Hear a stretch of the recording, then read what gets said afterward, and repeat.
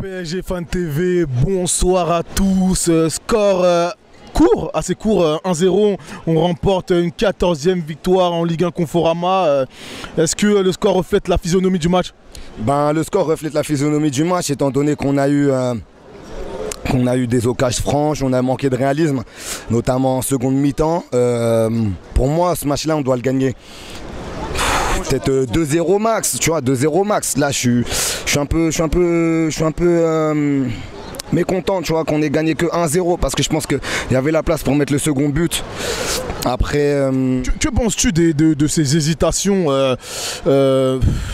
lors du rapprochement vers cette voilà, c'est ça, vers cette surface de réparation adverse? Qu'en penses-tu du dernier geste? Comme je t'ai dit, ils ont manqué de réalisme, mais peut-être parce que je pense qu'ils ont pensé à ce match de Liverpool mercredi qui hante leur esprit et du coup ils n'étaient pas totalement connectés avec nous là cet après-midi. Néanmoins ils ont rempli le contrat à 14 sur 14, donc qu'est-ce que tu veux dire de plus? La série continue comme on dit, mais il y a des trucs ce soir où je trouve qu'on n'a pas préparé Liverpool comme on le devait en fait, comme on devait le faire. Parce que tu vois, Liverpool cet après-midi ils sont allés l'emporter à Watford. Et quand tu regardes leurs 9 matchs à l'extérieur cette année, toutes compétitions confondues, ils se sont quand même imposés 5 fois à l'extérieur, dont 3 fois au mois d'août, si je ne dis pas de bêtises. Donc quand on dit que les équipes anglaises voyagent mal, 5 sur 9, c'est déjà un beau ratio. Donc attention à cette équipe de Liverpool quand même. Attention, ça, sujet un peu parallèle, qu'as-tu pensé des sifflets à l'encontre d'Adrien Rabiot lors de l'annonce de l'effectif en début de période, de première période?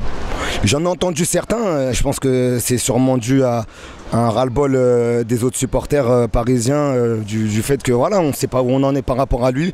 Le mercato d'hiver se rapproche, on entend comme quoi la direction sportive du club souhaite le vendre pour ne pas perdre d'argent l'été prochain, essayer de faire une plus-value avec un gamin du centre de formation, ce que je peux comprendre, mais si tu veux, c'est comme ça. C'est comme ça. Il fait encore une passe décisive cet après-midi. Il nous fait une passe décisive, mais il fait partie de ces joueurs avec Julian Draxler qui ce soir était repositionné un peu plus haut que sur les 3-4 derniers matchs. Il fait partie de ces joueurs qui m'ont un peu déçu dans le jeu, qui ont disparu au fur et à mesure du match, qui ont loupé des contrôles face au but. Je pense à Draxler bref. Voilà, on fait partie de ces joueurs qui avaient la tête à Liverpool, tout comme Kimpembe en fin de première mi-temps, à partir de la 20e. Je sais pas où est-ce qu'il était passé, Presnel. Il était sûrement dans le bon stade, mais pas le bon jour. Pas le bon jour. Il était sur mercredi soir, lui. Donc après en deuxième mi-temps, c'était un peu soporifique. Toulouse a eu le ballon, ils ont eu quelques occasions parce qu'il y a eu un peu de laxisme au milieu de terrain, dans l'entrejeu. Mais après voilà, Gigi était là, Marquis a posé son pied aussi pour les empêcher de marquer, et Thiago Silva pareil. Donc c'est pour ça que dans mes tops là, il y aura Marquis, il y aura Silva et puis il y aura Cavani, parce que son but est exceptionnel. Son but Cavani revient bien. Hein. Il revient bien, je t'avais dit sur la vidéo de Monaco PSG, je t'avais dit voilà, le triplé va lui faire du bien. Et je pense que ce but aussi peut lui faire du bien. Et c'est pas pour charrier, mais notre cher ami Joe disait l'année dernière sur une vidéo, Edinson ne dribble pas, tu n'es pas technique. Là, il a montré qu'il était technique. Et c'est à l'instinct, quand il fait le sombrero sur le dernier défenseur. Mais tu peux être technique et ne pas être un bon dribbleur.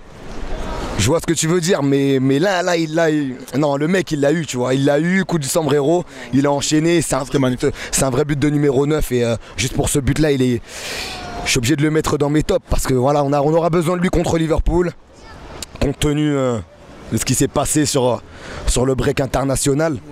Donc voilà. Est-ce que tu penses qu'il va être titulaire si les deux pépites reviennent? Ah oui, il sera titulaire. Ah oui. Naples retour début novembre, il y avait tout un contexte qui ne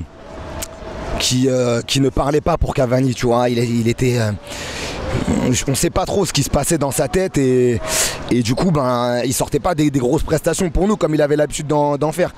Mais là tu sens que le triplé à Monaco l'a relancé et je pense qu'il va être aligné. Et moi j'ai confiance en lui, j'ai confiance en les joueurs qui seront alignés peu importe la disposition tactique, c'est un match qu'on se doit de remporter, tu vois. Donc voilà, tout simplement. Enfin, pour finir, ton pronostic pour Liverpool, pour le choc de cette saison pour l'instant. Ah, sincèrement, c'est franchement, je vois un match avec beaucoup de buts. Parce que Liverpool, ils ont laissé des plumes en Serbie en perdant à Belgrade, donc ils voudront les récupérer forcément. Paris se doit de gagner, Liverpool se doit de gagner. Un match avec beaucoup de buts. Je peux pas te dire un score, mais un match avec beaucoup de buts, j'espère qu'on va gagner. Ouais, allez, vas-y, je me mouille. 3-2 pour Paris ou 4-3 pour Paris. Ouais, voilà. C'est un score qui m'intéresse. Merci. Bonne soirée.